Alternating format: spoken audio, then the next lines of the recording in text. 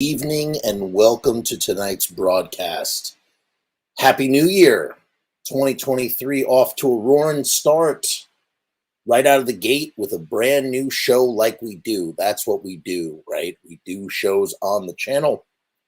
And today is New Year's Day, and I figured it would be good to talk about a really important, impactful event in one of my favorite bands' careers. A lot of people might not think it's that important, but at the end of the day, when you like look at the big picture and see how things had to go the way that they went in order for it to turn out the way that it would, this event is actually kind of pretty significant.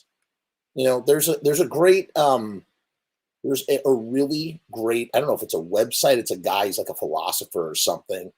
He's called Wait But Why, and he is on, you can find him on Twitter and Facebook and all sorts of places. And he posted a map today, actually. I really love this map, and it really relates. I don't know if you can see this. You can't, it's too bright. This map, oh man, I almost feel like posting it up. Basically, it shows branches.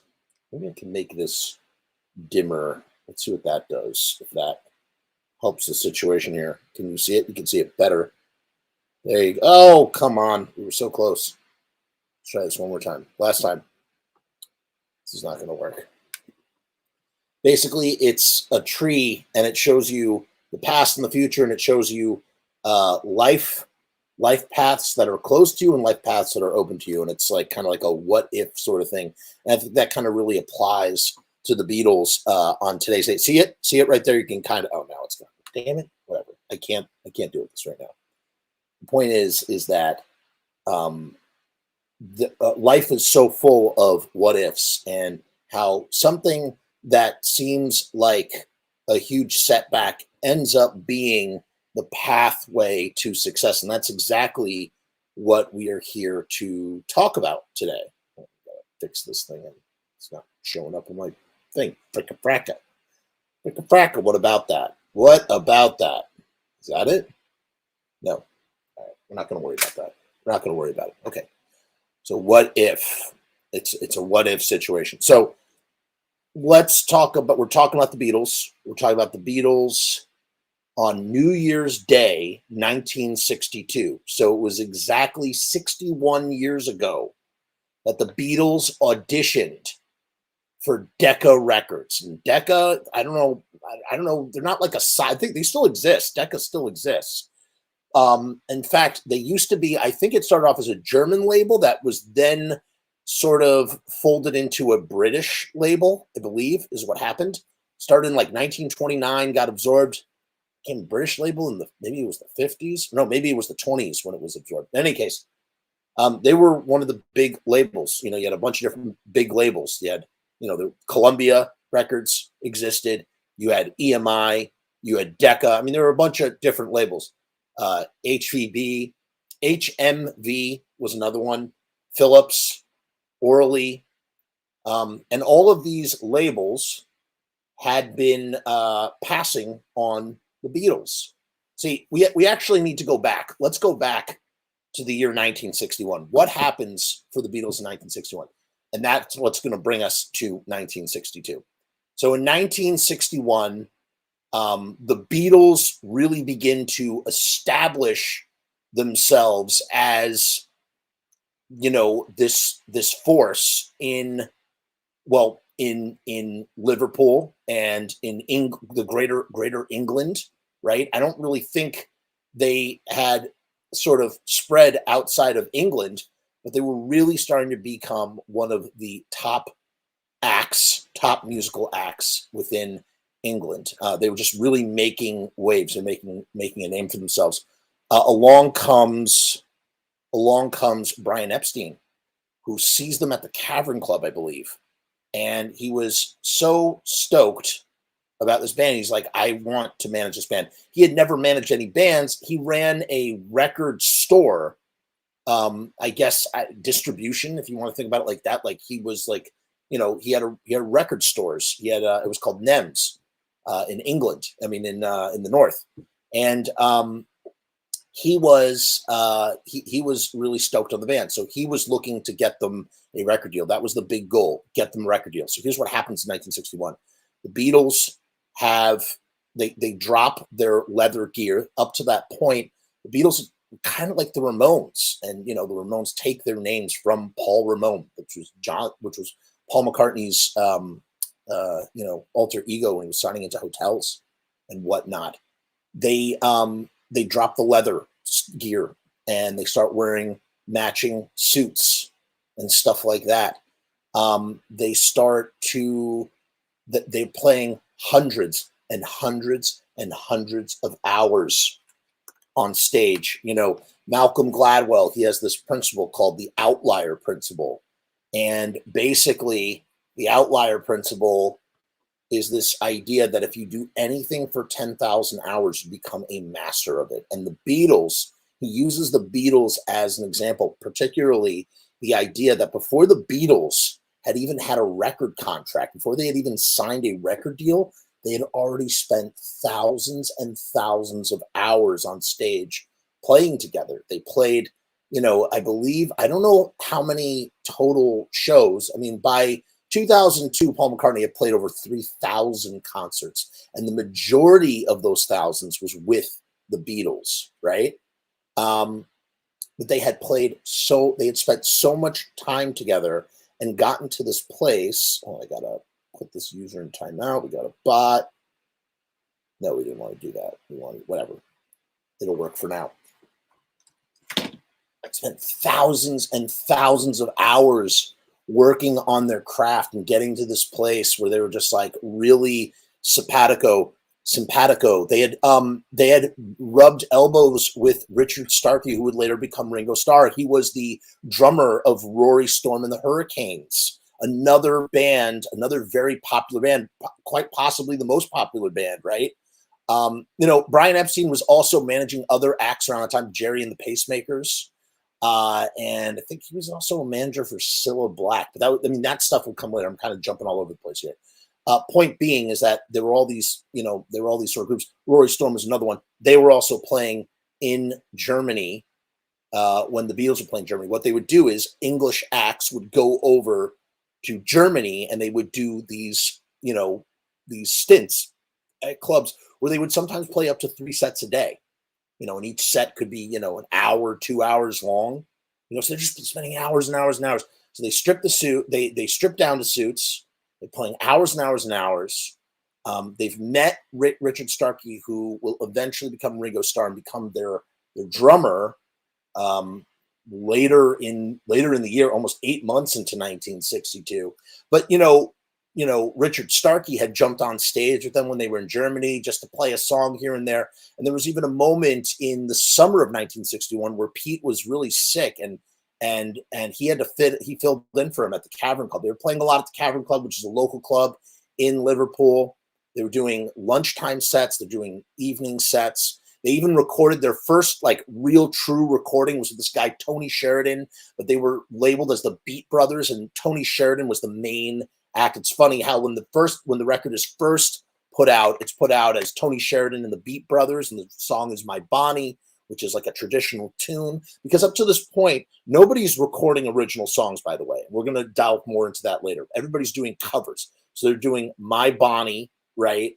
Happy New Year, Kevin. They're doing My Bonnie, and they record a couple other tracks, and that gets put out over the summer. And that's initially what attracts Brian Epstein to the Beatles. He wants to get a copy of My Bonnie, and he goes to see them play at the Cavern Club, and he's blown away. He's just super fucking blown away that he's seeing this band. He's like, wow, I need to get these guys signed. So Brian starts shopping them around, okay? He's meeting with record companies. He's going to London to secure a record contract. It's not really working out, and the labels are passing, man. Columbia passes, HMV passes. Pi, which is another one, passes. Phillips passes, and Orly passes. And then, eventually, Epstein gets to meet with EMI, which is a huge, huge label, right? As well as Decca. And he's trying to shop both of them, right? Now, what unfortunately, the dude, I'm trying to remember his name, from EMI, he informs Brian Epstein in late 1961. He's like, hey, it's not going to happen. Ron White, that's his name, Ron White. Ron White says it's not going to go down. EMI is not interested, or at least not interested right now, whatever. So they put their sights on Decca Records, and the audition is going to happen on New Year's Day, 1962. Remember, the lineup now is Stu Sutcliffe leaves, right? Stu Sutcliffe leaves. He stays with Astrid in Germany, which is where they met her, and they met Klaus Vormann. Klaus Vormann, who did the art for Revolver and would go on to be John Lennon's bass player on numerous albums and whatnot.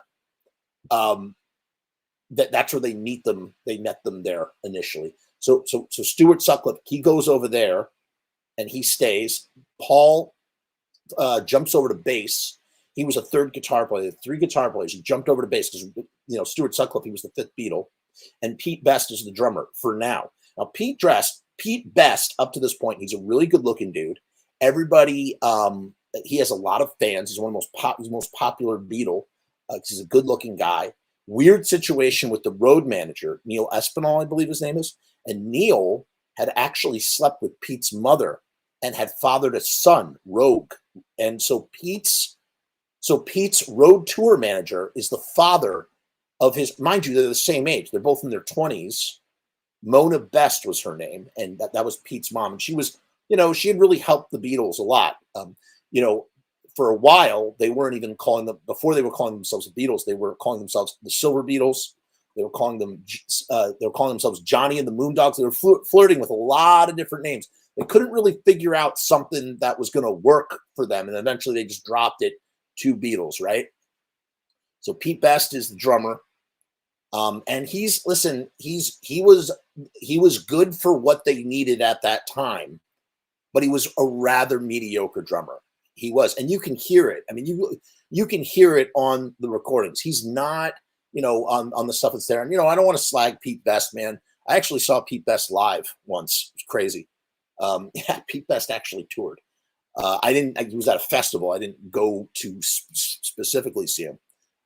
He's the only Beatle I've seen, technically, funny enough. So Pete Best is in the band. He's kind of holding them back a little bit, but that comes a little bit later. But the point is that they secure a record audition at Decca for New Year's Day, 1962. Now, here's the thing: in England at this time, New Year's Day is not a national holiday, so it's a working day where people can go. Everything's open and working like clockwork, that sort of thing. So they're going down on New Year's Day to do this audition. They're super friggin' nervous as well. The guy there was this A&R guy. He's Mike Smith, right? He's the A&R guy for Decca, and he had actually traveled to Liverpool to see the Beatles perform at the Cavern Club, and that impressed him enough to chat with Brian Epstein. He said, "Okay, bring him down to London. Let's do a test in Decca's recording studio. Okay, we're gonna do it on New Year's Day." So Neil drove them all down on New Year's Eve, 1961. But they had the trip actually had taken a really, really long time. They get in super late, and the next day they wake up and they're ready to sort of rock and roll. And they go in for their audition, and they do not do their best work. The whole audition is recorded, by the way.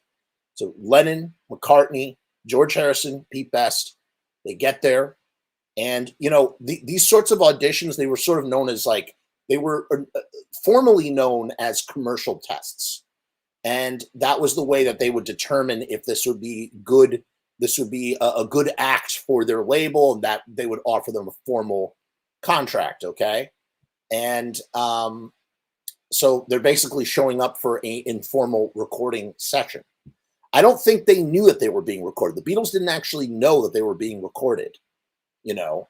At least I don't think so, or at least I don't think he knew that what was going to happen next. Where Brian Epstein, he was going to take have some of the recordings transferred onto what's known as an acetate, which is a really sort of flimsy temporary vinyl playback, not tape playback.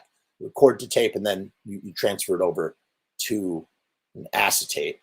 And traditionally during these tests, they don't record very many songs. They don't do very many songs. Sometimes they'll do 2 songs. Sometimes they'll do as many as 5 songs, and then they'll move on to the next one. They schedule a whole bunch of artists, right? They schedule a whole bunch of artists, and they go down. Angus is saying that their audition was in North London. Right, that makes sense. You need to see Paul play. So of course I want to see Paul play. I don't have the money. It costs $1 billion friggin' dollars. I wish. Kevin, it's on my bucket list, believe me. All right. So in any case, you have multiple bands playing, so they don't do very many songs. However, the Beatles somehow end up recording upwards of 15 songs. Okay. And they just keep going. They keep going. And what's interesting is they say to them too, they, generally record covers. The Beatles are recording their original tracks. Because here's the thing. At this time, as we said earlier, it was very, very unlikely that bands in general would play originals. People wanted covers. You had songwriters that would do compositions, and then every band would go out and cover them. And that was what was in fashion. And what made the Beatles stand out was the fact that they were doing their own original compositions. They weren't the only ones, but they were, it was a rare thing at the time. They did 3 tracks. There was one called Like Dreamers Do. They did Hello Little Girl, and they did something called Love of the Loved. But they did a lot of popular songs. They did 3 Cool Cats, 3 Cool Cats. They did Besame Mucho, which is great. They did Searching, which is a great song. Till There Was You. They did Money. They just did a whole slew of songs, like 15 songs, right? And then came the rejection. So what ends up happening is they get rejected. They decide not to go with the Beatles. Decca. They pass on it. This is a very famous sort of situation, because there's two sort of like avenues of thought on how this went down. Because it's what's popularly known is that Decca had somebody at Decca was like, oh, guitar groups are out. Guitar groups are going the way of the dodo. We don't want the Beatles, so they pass on the Beatles. The reality is that there was another group that had auditioned. I forget their name. The Tremellos. Brian Poole and the Tremellos had also auditioned, and it just came down to logistics. The Beatles were all the way up in Liverpool, and the Tremellos were local, right? They were in town, and they were easier to. It was easier for them to commute, and I think they just ended up going with them over logistics. And so the Beatles, this was a big failure for the Beatles, and that's getting to the meat. I feel like I've been very disjointed up to this point.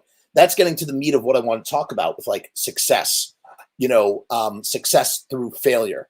Because if the Beatles had been successful at that Decca audition, perhaps they would not have become what they had become. And here is why. When they don't get the Decca audition, right? Remember what I said about how Brian Epstein paid for the tape to be like duped or recorded or whatever? He sent that tape around to EMI again. So that somehow they get reconnected with EMI. I don't know the detail. They go, he goes back, he's talking with EMI again, and they decide to, because there were three original songs, those three original songs I mentioned, because there were those three original songs on the tape, George Martin, who was the head of a sub-label on EMI called Parlophone, right? He's the A&R guy. He basically runs the label, and the label is kind of like more of like a novelty label. They do stuff like Spike Mulligan. They do stuff like Peter Sellers, the Goons, right? All sorts of stuff like that. They're not doing that much. They're not doing lots of music stuff, you know. It's because it's so funny. On one hand, Decca, this guy's Dick Rowe was his name. Dick Rowe was like, hey, guitar groups, they are on the way out, and he told that to Brian Epstein. But at the end of the day, it's still just, it was just, it was a matter of logistics, and that allowed them to shift, go to EMI, get wind of George Martin, who was this A&R producer, right, type guy. And that allowed them to sort of get where they needed to go. Because, George Martin is considered to be the real fifth Beatle, right? Without George Martin, the Beatles don't become the Beatles. And it's at George Martin's suggestion, I think it's at a lot of people's suggestions, that Pete Best is just not cutting it. Pete Best is no longer the right kind of drummer for the Beatles. And so they end up sacking Pete, and instead they tap Ringo Starr. And even then, Ringo Starr was not on the earliest. He was not on so they did two versions of Please Please Me, right? The one with maracas or tambourine, sorry. The one with tambourine is the one that features Ringo Starr, because they did two sessions of Love Me Do, and Ringo Starr was just not playing the drums the way that George Martin liked. So he brought in session drummer Alan White to play the drums. They came back later in September and re-recorded it. And that was when, and then he was, of course, he did percussion just so he was on the track, that sort of thing. The point is that, all right, let me sum this all up. I am so all over the place. This is like so annoying. You know what? First, let's just do a very quick advertisement. Riotstickers.com. Riot Stickers, we are the bomb. UV coating, printed on vinyl, sunproof, waterproof. That's the way you want to be with your stickers. We're doing a special promotion. Riotstickers.com/Frumess. That's where you're going to go. For $79, you get 1,000 stickers. That's 7 cents per sticker. You can't beat a price like that. Link is down below in the description. I'm going to play this little video, and then I'm going to recombobulate myself, and we are going to talk about the meat of what this is all about.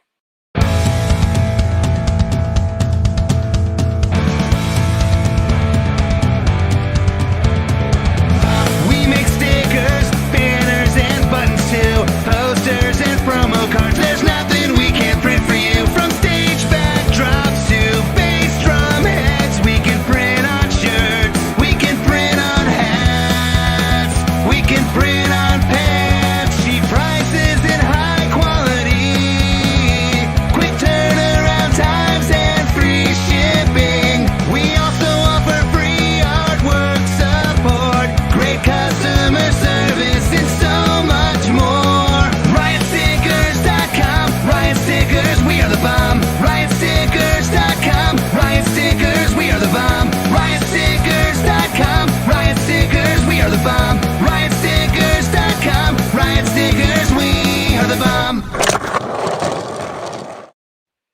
All right, and we are back.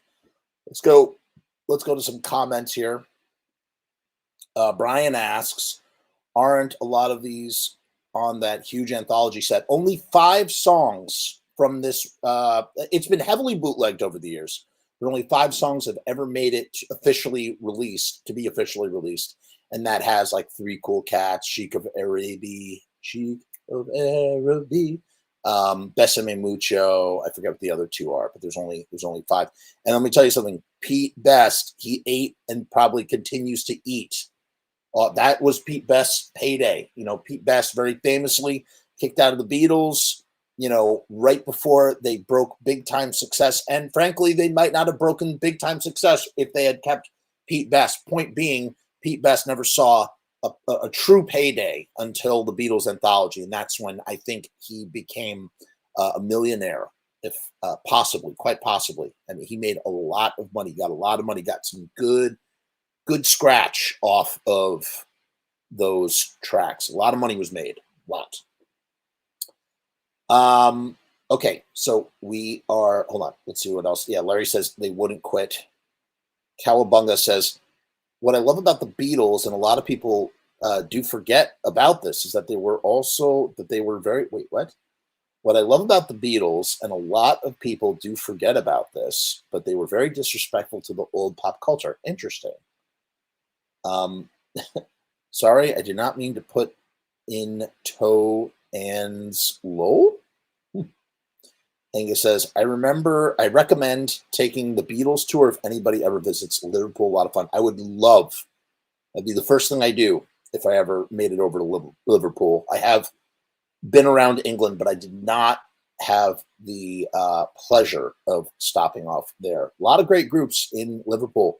Zombie and the Skeletons, and Trudy and the, oh God, what is their name? They have that great record called Sandman. Highly recommend anybody listen to it. Okay, so in any case, getting back to Pete Best for a minute, he was limited, man. And he had he was capable of like a high energy sort of beat, especially when they were in Germany. But, when it came to recording in the studio, Pete Best no longer aligned with this sort of mentality. Like, it didn't work. It didn't work anymore. What's up, JS? JS thinks I'm greater than Finn McKinty. He always makes me feel good when he says that. I love Finn McKinty, by the way. Finn McKinty is great. Sorry about my spelling. I do have autism. That's okay, man. No worries, dude. I misspell things all the time. I do not have autism. I have ADHD, but no autism. But I'm misspelling things like a mofo. I do not judge, my friend. All is good. All is good. So, the idea that Pete Best wasn't really suited for recording in the studio at that time. Remember, recording studios, they're fucking expensive.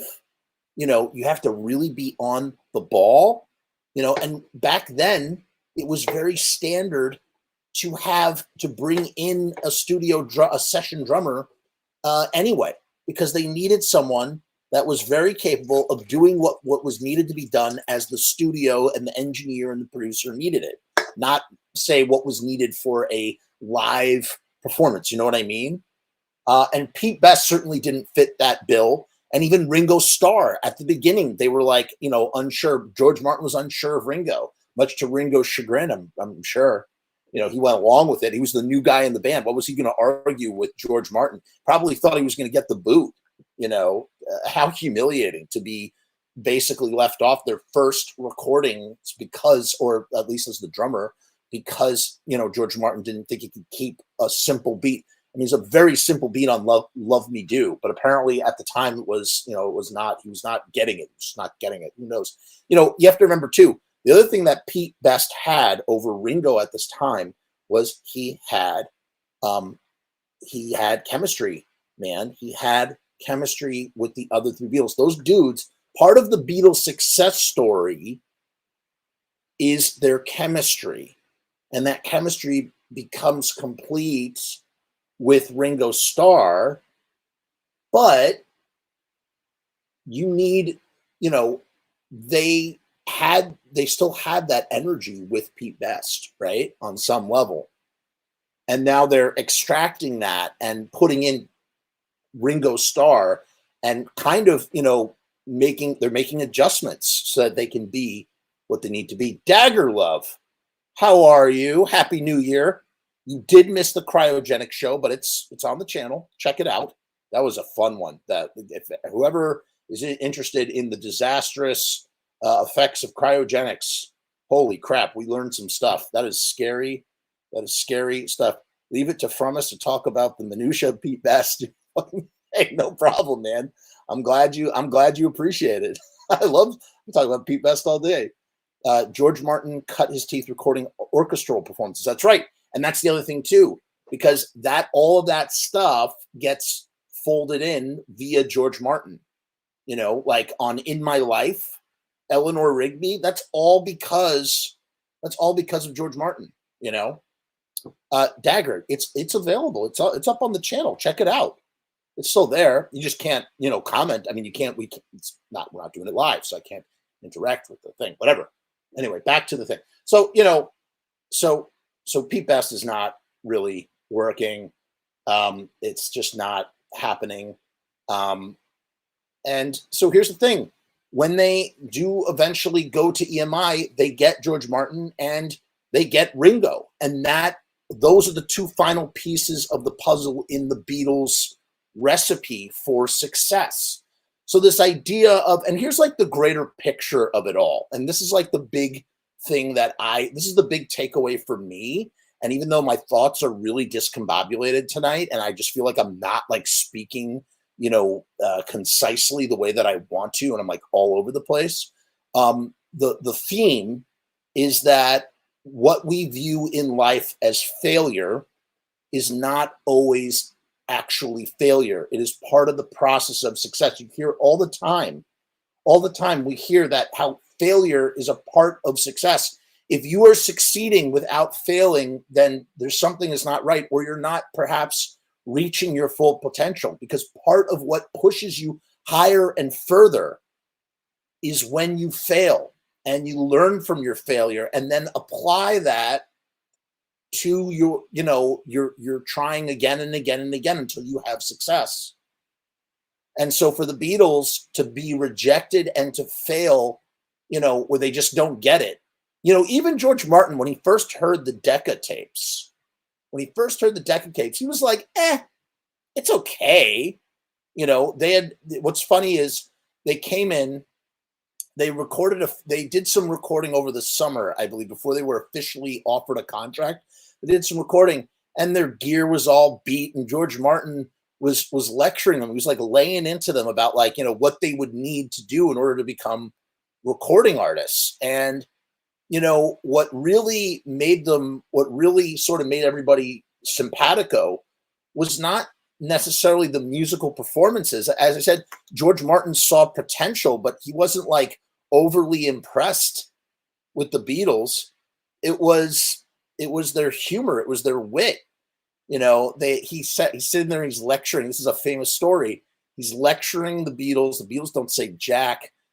They're just sitting there listening to George Martin talking about like, all the, technical aspects of recording, their equipment, all this sort of stuff, probably etiquette, studio etiquette. Things were very prim and proper in EMI. You could read about it in Jeffrey Emmerich's book, Here, There, and Everywhere, the recording of the Beatles, where he talks about, the Beatles, the recording engineers, they all wore white lab coats, man. It didn't look like a recording studio. It looked like a hospital. Everything's super clinical. Everything runs a certain way. There were certain times where you could record. So there were 3 different recording section periods. There was a morning, afternoon, and evening. And all of that was done because, there were unions and they had to make sure. So like when the Beatles are recording some of their greatest songs, like ever, they come into the studio in the morning with like an idea. Sometimes they work it out right there, or maybe they've already completed songs. They go in and in a period of 2 hours, they have executed. That goes back to this notion of chemistry. And that chemistry was established with George Martin in that initial lecturing, right?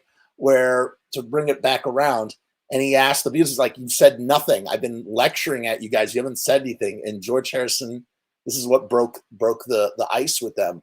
George Harrison says to George Martin, I don't like your tie. And when he said that, everybody laughed. And that opened up the environment, It's weird. I feel like there are some creative relationships where the relationship is super strained and fucked up, but when you're like working, you make magic. And I think like the exact opposite can be true, where like the chemistry, when you're like on a good kill with someone, that allows you to be like super creative and do like really great things. So it's like very polarizing. It's either like things are super tense or things are super loving and friendly. And both of those can lead to magic, right? And so that was like very key, and that happened as a result of, you know, being them lecturing. Boy, I'm really all over the place with this. I guess the overwhelming point I want to make is that by failing at the Decca audition, the Beatles were able to secure themselves at EMI, working with George Martin, I'm confusing everybody's name, George Martin, and, you know, eventually bringing Ringo Starr in and becoming what they became, you know? So it's like there are all these factors, and that's why I love, you know, in the same way that we love like going over the Misfits story. I love talking about the Misfits story. I love that story. I'm fascinated endlessly by the story of the Misfits, as I am endlessly fascinated by the story of the Beatles. The Beatles, you know, it's like it's somebody's real life and it really happened, but it's also this incredible mythology. It's this incredible tale of like four ordinary people coming together through this beautiful chemistry and all of these interesting circumstances that we all attribute to like the recipe for success, including failure, and becoming the greatest that there ever was. There will never be anybody as great as the Beatles, man. They are the greatest, and they're the greatest for a reason. And it has to do with it all happened at that certain time, at that particular time, you know, in that particular way. When pop culture was at that place in its infancy, you know what I mean? Pop culture is like morphed and changed in a way, just in the way that like, I'm sure that maybe like the Beatles of something else, and I'm not talking about music, I'm just talking about like, I don't know, it could be in technology, it could be in something that will come at the right intersected time when pop culture is ready for it, or collides with pop culture in just the right time, where it's not too early and it's not too late. You know, if the Beatles had happened in the 90s or the 2000s, no one would probably give a shit, right? You know, think about that. Beatles had to happen exactly when they happened for that to all, you know, go. And it goes back to the beginning, talking about like the different paths that we can take, and, you know, how things, you know, sort of lay themselves out. So again, just to sum it all up, and I guess maybe it's a lesson that I can definitely learn from, and any of you out there who are creative, you know, on that creative road, like stumbling around, trying to figure shit out, like, you know, your failure or the wall that you hit is not, it doesn't have to be the end. It's just something that it's a part of the recipe for your success, potential success, you know? Yeah, I mean, I don't really know what else to say about it, you know? And the other thing too is, the other thing that's amazing is they failed the Decca audition, and because they had the tape made, they're able to use that tape as a tool to help them. You know, they're going around still shopping because they're not giving up. Pretty cool. It's pretty friggin' rad. JS says, just like the relationship with Joey and Johnny Ramone. Sure, exactly. Like going back to the thing, Joey and Johnny Ramone hate each other's guts, super tense, but when they're on stage playing, it's magic. They make magic. And, you know, it's that other side of the coin, you know, because you know what happened right after, you know, he made fun of his tie, they all went out to eat, and that's when they really started to bond. That's when they really started to like see, hey, we can all work together. And that recipe, you know, and then the other thing too is then that opened it up to other factors, because now that they have this rapport with George Martin, who has a run of the Abbey Road facilities at EMI, and obviously the Beatles made Abbey Road what Abbey Road is today. But at the time, Abbey Road was just one of many EMI recording studios, right? And so by pushing back, they started to push back. They started to say, started pushing boundaries, with all those, guys in the white coats. By the end of their tenure, the Beatles were recording whenever they wanted. They didn't abide by those times. The Beatles would come into the studio at 4 in the afternoon and stay till 4 in the morning just because they could. And they needed that. The Beatles needed to be able to do that in order for their creativity to work. JS says, Frumess, since you brought up the Misfits, hate to sidetrack you, but the reason they canceled the New Year's Eve show, do you think Glenn got pissed at Jerry's new album is attempting to siphon money from the Misfits? No, I don't think so. From my understanding, I don't know, somebody has to have surgery. Whether it's, I don't know if it's who, I think maybe it's Glenn, something happened. I don't know. I don't think so. Personally, I don't know. And Jerry using the skull imagery for the album of the solo project in the lawsuit say that Glenn keeps the rights to the Crimson Ghost logo. I really don't know. I don't think, from my understanding, the Crimson Ghost is actually in public domain. Now, mind you, the Misfits have a lot of money and a lot of resources, and anybody who wants to use the Crimson Ghost could probably, get sued. They do get sued. They're very protective of their mark, but it's my understanding that Crimson Ghost is actually in public domain or fallen into public domain. So I don't know. And I don't know that you could be right. Maybe he is pissed about that. Okay, Dagger agrees with this, that Glenn is mad at Jerry using the Crimson Skull. Thought the same thing. You guys maybe you guys are onto something. I'll be honest, that never even crossed my mind. Because you know what else too? I mean, now we're talking about the friggin' Misfits on a Beatles show, you guys. But look at Doyle's, Frankenstein skull. Is the Jerry Crimson Ghost thing? Isn't that kind of in the same vein? Is it too close? Why is the Gorgeous Frankenstein not also an iteration of the Crimson Ghost, even if it looks marginally different? I can't help but think that that's what Jerry was kind of going for. But yeah, it is absolutely a Crimson Ghost face. But I have not heard anything about that being the reason. And what's funny? Like, would that really be a reason to lose out on $2 million for a show? That's why I don't think that's the case. Because those dudes are going to get paid $2 million to play with the CJs on New Year's Eve. That's ridiculous. I think actually TSOL ended up playing that show, or TSOL ended up playing with the CJs at a different show.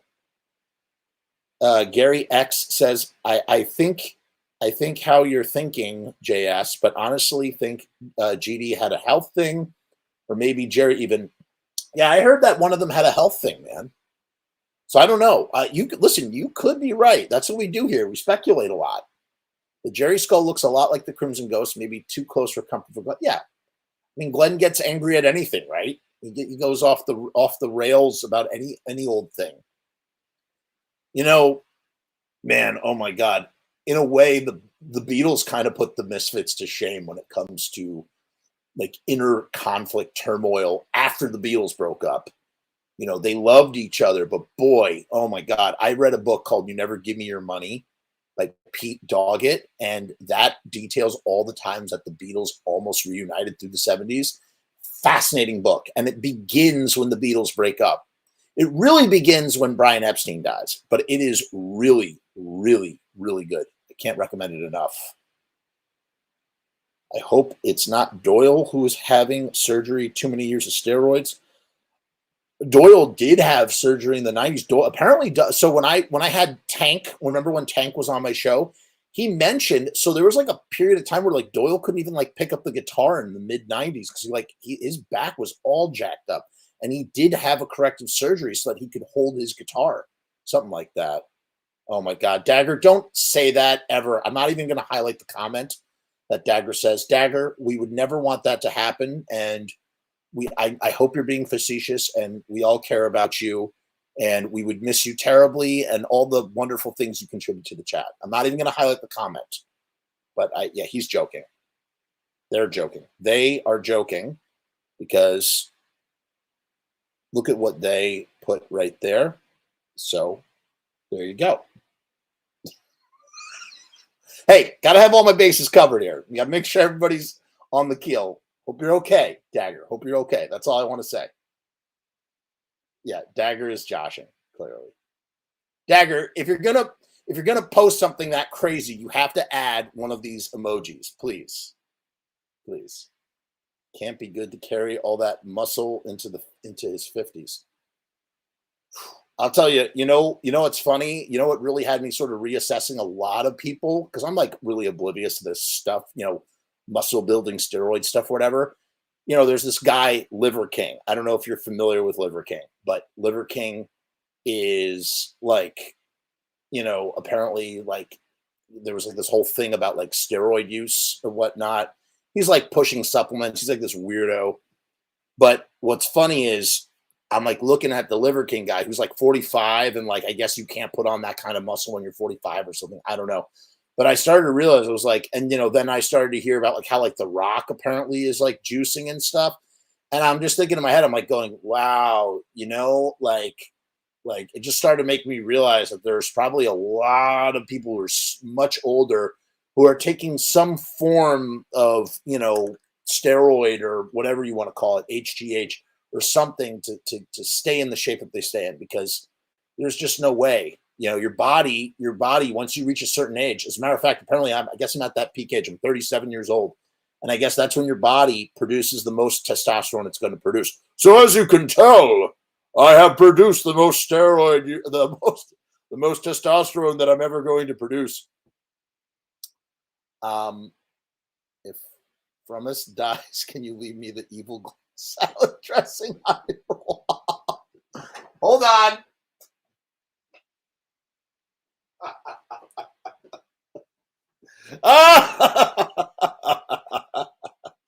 If you know what this is, then you know it says. Notice how dark it is. Look at that. This used to be white. White. This was white. I love the Gothic netting on the sides, which is so on brand for GD. I showed this to the guy, Guarcinio Hall from 2 minutes to midnight or whatever. I showed him this and I told him the story, and he was so absolutely disgusted and grossed out. And he's like, "Why is it so dark?" I was like, "Oh, it's Danzig's ranch." I was surprised that he was so grossed out by it, because I'm just kind of like, like, dude, it's like the funniest thing ever. Like, it's friggin' hilarious. It's Glenn Danzig's ranch dressing from his fucking dressing room. Like what madman would fucking take it? I was like, I had to have this. The expiration date is June 17th. 2014. June 17th, 2014. This is almost 10 years out of date. And yeah, Dan, it totally does. It looks like Thousand Island dressing now.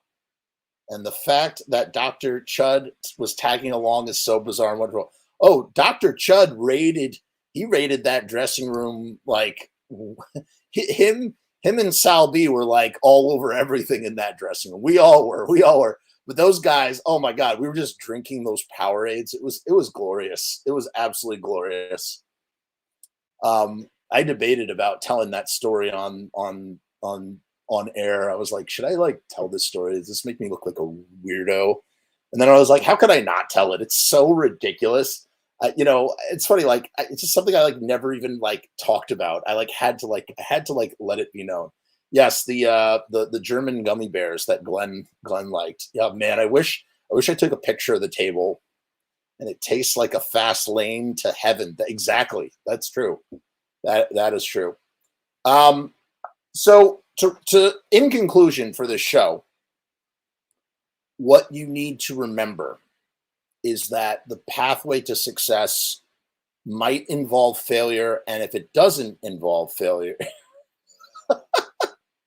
JS is all over the place. He said, sorry, Jeff. One last thing before we get back to the Pete Best stuff. Okay, go ahead. Shoot, JS. I'm going to say what I want to say, and we'll see what JS has to say. We will respond. Now, what I wanted to say is that, again, it's paradoxical, but it's such a truth about life in general. The paradox is that sometimes the way backwards is actually the way forwards. And if we can just get out of our own way, if we can clear our mind and get out of our own way, we could, somehow, do great things. That's all I want to say. That's my Jerry Springer final word on it. Now we can shut up about it. Am I familiar with the horrors from Cheech and Chong? Are you talking about from one of the movies? I distinctly remember the two girls that are with Cheech and Chong in one of the movies, maybe when one of them has a tutu. Kevin says, never open this thing. It could destroy the world. Yeah, there's definitely an evil genie inside of this ranch dressing. And I want to write a Danzig-inspired song about it. Whoa, evil genie in my ranch. Evil genie in my ranch. I got an itch to scratch with my ranch. I got an itch to scratch with my ranch. Whoa, evil genie stuck in my ranch. Gonna bring the end of the world. Gonna end your world with my ranch. Gonna open up my ranch dressing. Black thunder clouds coming up over here. Evil ranch. Right, yes, the Battle of the Band scene, right, yes. I know what you're talking about. Yeah, okay, so what about him? The singer Finesca, I got in touch with him. The Horrors sing By School in Up in Smoke, and it's a punk masterpiece. All right, I'm going to go. Well, yeah, I was about to say, I'm going to go check it out on YouTube right now. But yeah, put a link in the thing so I can see it. Sure. And if somebody wants to actually, who's a musician, Kevin, it's time to write the song, Evil Ranch Genie. Evil Ranch. I got a genie in my evil ranch. There's a song there. I don't know what. Just one twist of my cap and I'm going to release it in. I can't paste it. All right, I'll find it. I'll find it on YouTube. I'll check it out. No worries. One twist off of my ranch camp. How did we go from Beatles to singing songs about evil ranch dressing? Isn't that the beauty of live streaming podcasting with an audience, that you can go from that to that? That's just what happens, man. That's just what happens. Kevin says, if you open it, the cover of November Coming Fire will happen for real. Oh my God. I should do a video where I open the bottle of ranch. Holy shit. That is such an idea for a video, but I kind of want to leave it intact, man. It's like pretty much the greatest Danzig collector's item. It's the single greatest Danzig collector's item there ever was. It's catchy gold. All right, I'll check it out. I will look it up. We'll quit at the hour. How about that? 9:57. That's perfect. What else do we got coming up? I don't know if anybody saw the movie Babylon. It's really good. If you are a fan of Boogie Nights, Babylon takes place in the same universe, I think, as Boogie Nights. It's really freaking good. If you can hear some of it now in the air. All right. All right, I'm going to listen to it right now for JS. This one's for you, JS. I'm listening to it live right now. But I got to put in my earphones because I don't want to get copy struck. You know what? I know what I'll do. Evil Ranch. You write the lyrics and I'll write the music. Holy shit. All right. Don't put your money where your mouth is, Kevin. We're doing it. Kevin, I'm going to send you lyrics about this ranch dressing. And Kevin, we have to collaborate on a music video around this ranch dressing. We will actually do a music video for the ranch dressing bottle. It's perfect. We're so doing it. Oh man, Uncle Glenn is going to be so mad about this. Why does this guy keep calling me his uncle? I ain't his fucking uncle. That fucking guy, I'll punch him in the fucking face. All right. All right, we're looking up Cheech and Chong. Doing this for JS here real quick. Hold on. Just doing this on my phone.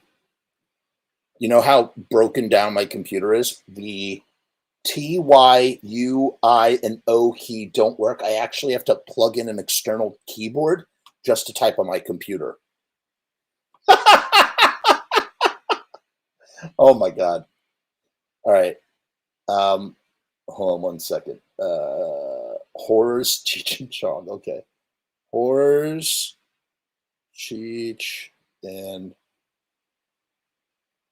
Chong. Yeah, I see it right here. Okay. By school.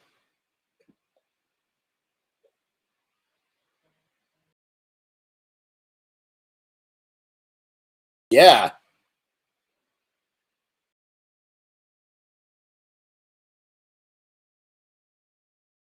Yeah.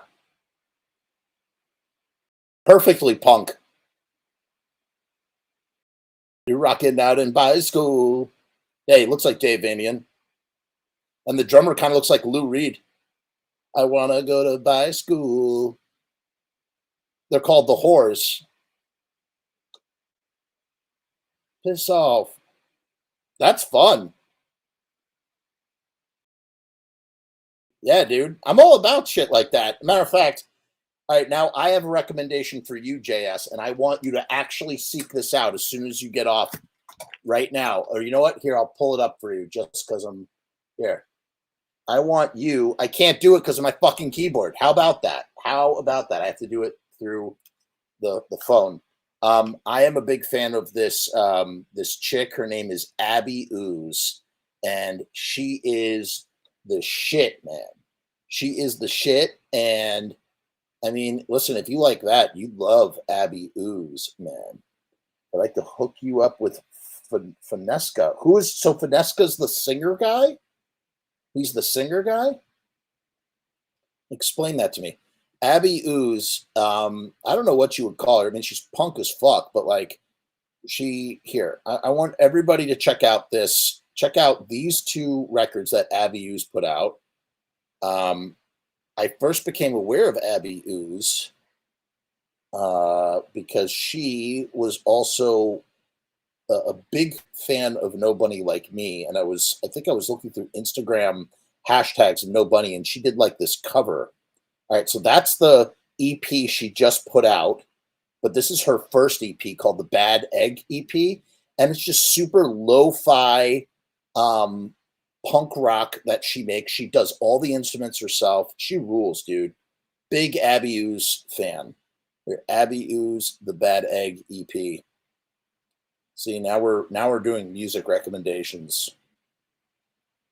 Please check this out, everybody. This is a bedroom session. Abby Ooze. Can't recommend Abby Ooze enough. I really, I mean, I listened to these two records over and over again compulsively. I just think she's so fucking talented. And she goes through stints where she's like recording as Abby Ooze and then she doesn't. I'd really actually like to have her on the show, but she's very hard to get a hold of. Like, she doesn't have any social media anymore. But she rules, dude. Big fan of Abby Ooze. Listen to Abby Ooze. Check it out.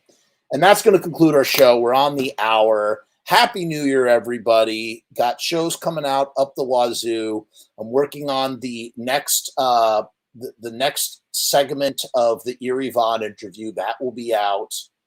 Part 6. We got more chapters of the Stephen King book we're reading.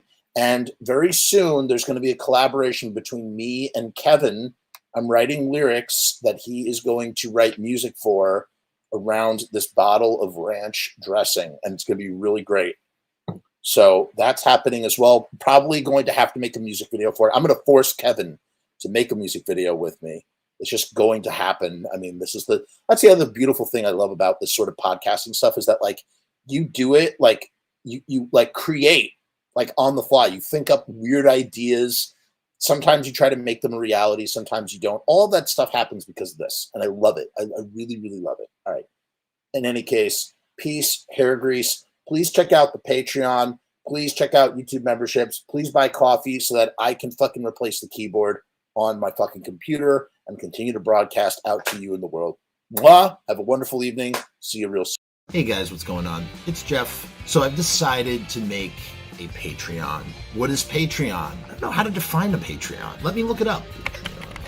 Patreon is a membership platform that makes it very easy for creators to get paid for the things that they're already creating. I want to do it full time. I want this to be my full-time job. In my efforts to make that happen, I've set up this platform. Is it going to work? Is it going to be successful? I don't know, but I would rather try and crash and burn than not try at all. The goal is to create enough passive revenue so that I can continue to do this full-time, uninterrupted. Why? Because I love to do this. I love creating content. I love making videos. I love shooting films. I love doing podcasts. In case you couldn't tell, I love to talk and I never shut the fuck up.